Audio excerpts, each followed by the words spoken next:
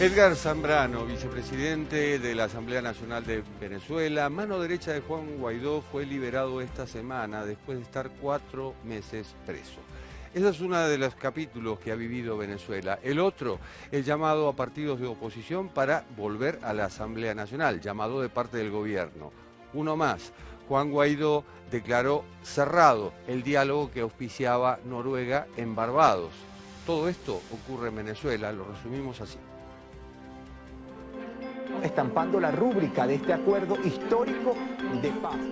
El gobierno de Nicolás Maduro y un sector de la oposición lograron un acuerdo preliminar para garantizar la estabilidad institucional en Venezuela. Se firmó el primer acuerdo de paz, entendimiento y convivencia entre importantes sectores de la oposición venezolana y las fuerzas bolivarianas y el gobierno bolivariano. Este entendimiento forma parte de la Mesa Nacional de Diálogo por la Paz, en la que trabajan desde hace unos meses representantes de Miraflores y partidos disidentes.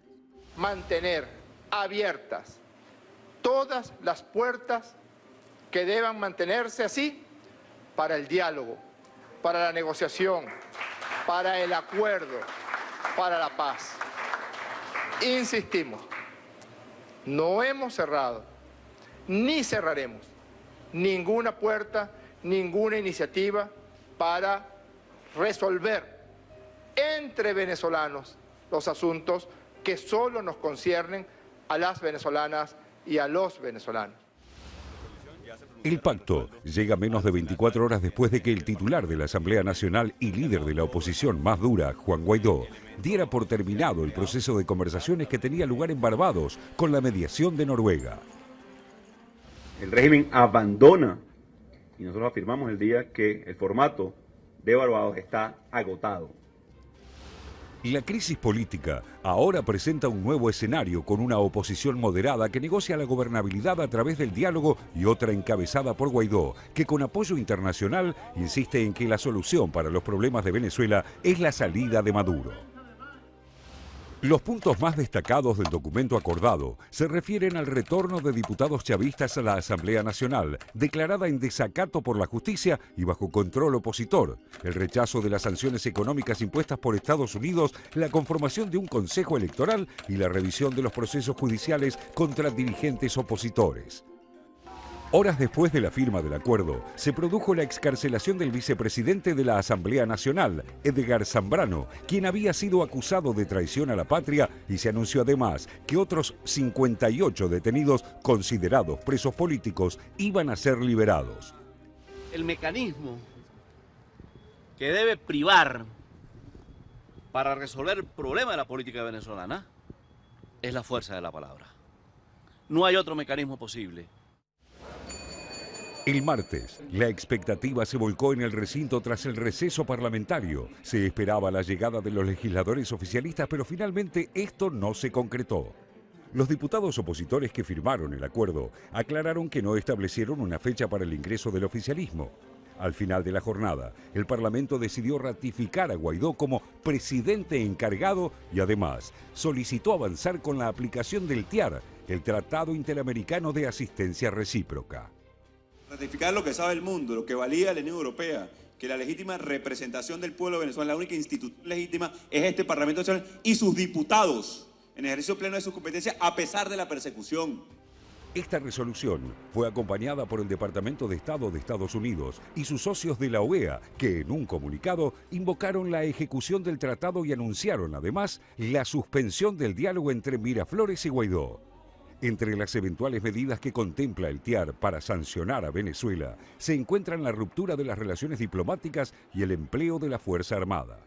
Impulsados por Colombia y por el líder opositor venezolano Juan Guaidó, 12 países, entre ellos Argentina, Brasil, Chile, Colombia y Estados Unidos, han votado a favor de dar el primer paso en la activación del mecanismo. Argumentan que la crisis en Venezuela representa una clara amenaza para la paz y la seguridad. Pese a lo que parecen avances de la mesa de diálogo, paralelamente, las presiones políticas externa e interna parecen amplificarse nuevamente, como así también la delicada situación de la economía que vulnera diariamente la vida de miles de venezolanos.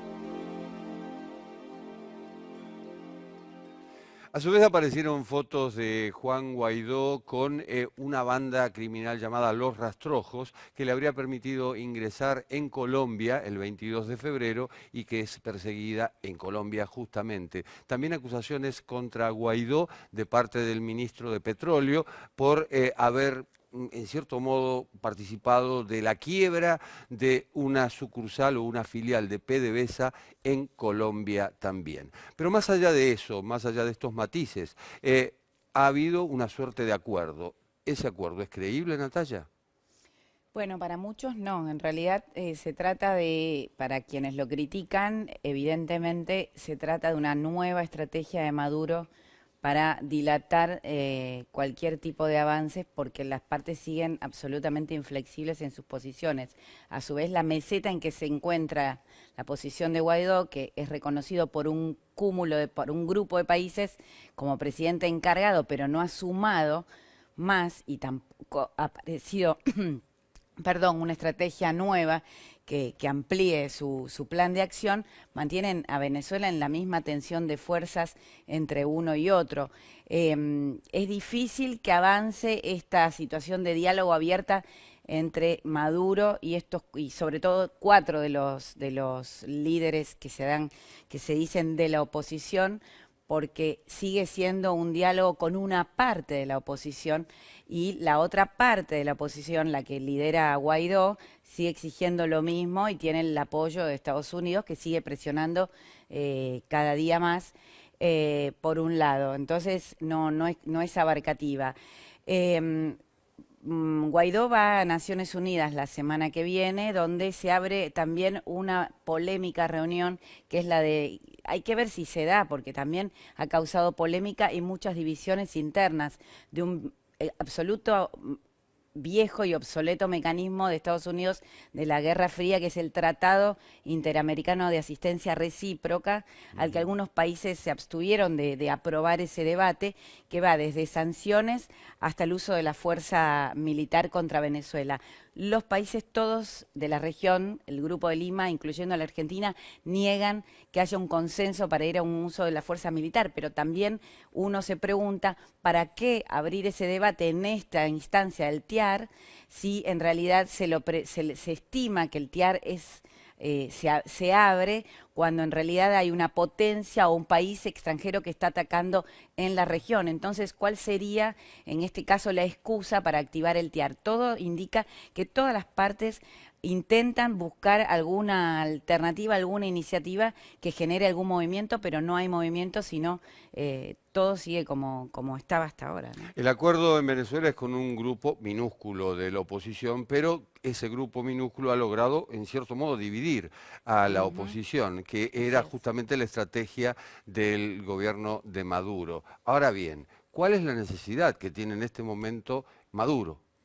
Lo que tiene Maduro es un enfrentamiento que en vez de relación de fuerzas tendríamos que hablar de relación de debilidades, en este caso entre la confrontación que tiene el sector de oposición de Guaidó y el gobierno Maduro. El sector de Guaidó porque evidentemente la estrategia de Estados Unidos viene fracasando en cuanto a lo que se pensó primero como una rápida resolución de correr el gobierno Maduro, poner a Guaidó como un presidente provisional y con el apoyo de Estados Unidos poder avanzar por un proceso diferente. Del lado de Maduro es evidentemente muy firme la fortaleza que tuvo para resistir, pero tampoco creo que tenga para aguantar demasiado en esa situación, porque hay 2 o 3 cuestiones políticas que se están debatiendo hoy en Venezuela. Primero, lo que ha sido la política de la revolución bolivariana, todo el mundo lo da ya por congelado. En este momento no se está avanzando por la revolución bolivariana, ni siquiera en el mandato que le dejó Chávez a Maduro. Segundo, empiezan a aparecer debilidades, claramente.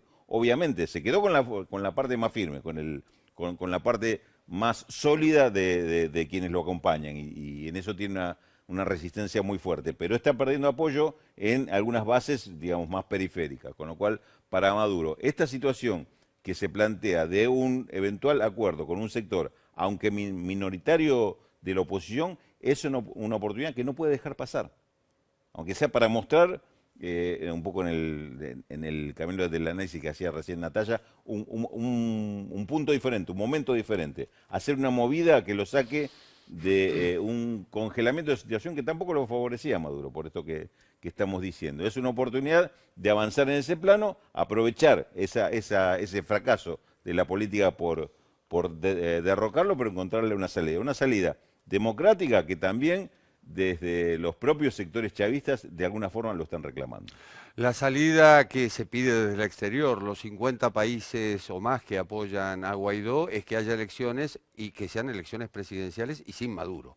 Esta es la realidad. La pregunta es, bueno, hay un presidente no reconocido a partir del 10 de enero, que es Maduro, y hay un presidente provisional reconocido, pero que no es presidente. Entonces la pregunta es, ¿cuál es la legitimidad de ambos en Venezuela? Bueno, son dos legitimidades en duda. Hay dos presidentes reconocidos por grupos diferentes de países. Hay un montón de grupos de países que reconocen a Maduro y otros tantos países que China y Rusia reconocen a Maduro y no a Guaidó, y viceversa, Estados Unidos y la Unión Europea, etcétera.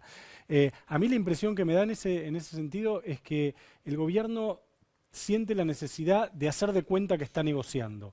Un poco con una situación de la que hablamos hace un ratito, es la situación de Israel y Palestina. Israel parece todo el tiempo como que está negociando, y si uno va un poquito más allá de eso, la realidad es que en realidad no negocia, porque negociar implica estar dispuesto a ceder algo, que el otro esté dispuesto a ceder algo y llegar a un objetivo mayor. En este caso, el gobierno de Maduro actúa más o menos de la misma manera. Crea la impresión de que negocia, se sienta en la mesa, conversa, qué sé yo, y llega un punto en el cual la negociación se estanca, se rompe. Ya lo hemos visto en Barbados, lo hemos visto en Noruega, lo hemos visto en un montón de lugares, y nunca llega a ningún punto. Ahora, sí es cierto, y en esto coincido con Rulo, en que no hay salida posible a la crisis venezolana si los dos bandos, si los dos sectores de la sociedad no llegan a algún nivel de acuerdo, digamos. O sea, porque los dos sectores de la sociedad expresan parte de lo que ocurre en Venezuela. No es que el chavismo es una dictadura que no tiene ningún arraigo social, ni que la oposición es un invento de Estados Unidos. Ninguna de las dos cosas son ciertas. Los dos sectores tienen apoyo de la sociedad. Hay un sector de la sociedad chavista, todavía hay un sector de la sociedad antichavista, que quiere otra cosa. Entonces, si esos dos sectores no dialogan de algún modo y definen de manera democrática sus aspiraciones, su legitimidad, va a ser imposible. Por eso, aun cuando sea una apariencia de negociación, es necesaria que esa negociación se lleve adelante, porque sin negociación, y esto implica que los grupos más moderados de los dos bandos, dentro de los dos bandos hay halcones y palomas, digamos, pero implica básicamente que dialoguen entre sí las palomas. Hiperpolarización es lo que hay en Venezuela y lo que hay en tantos países en realidad.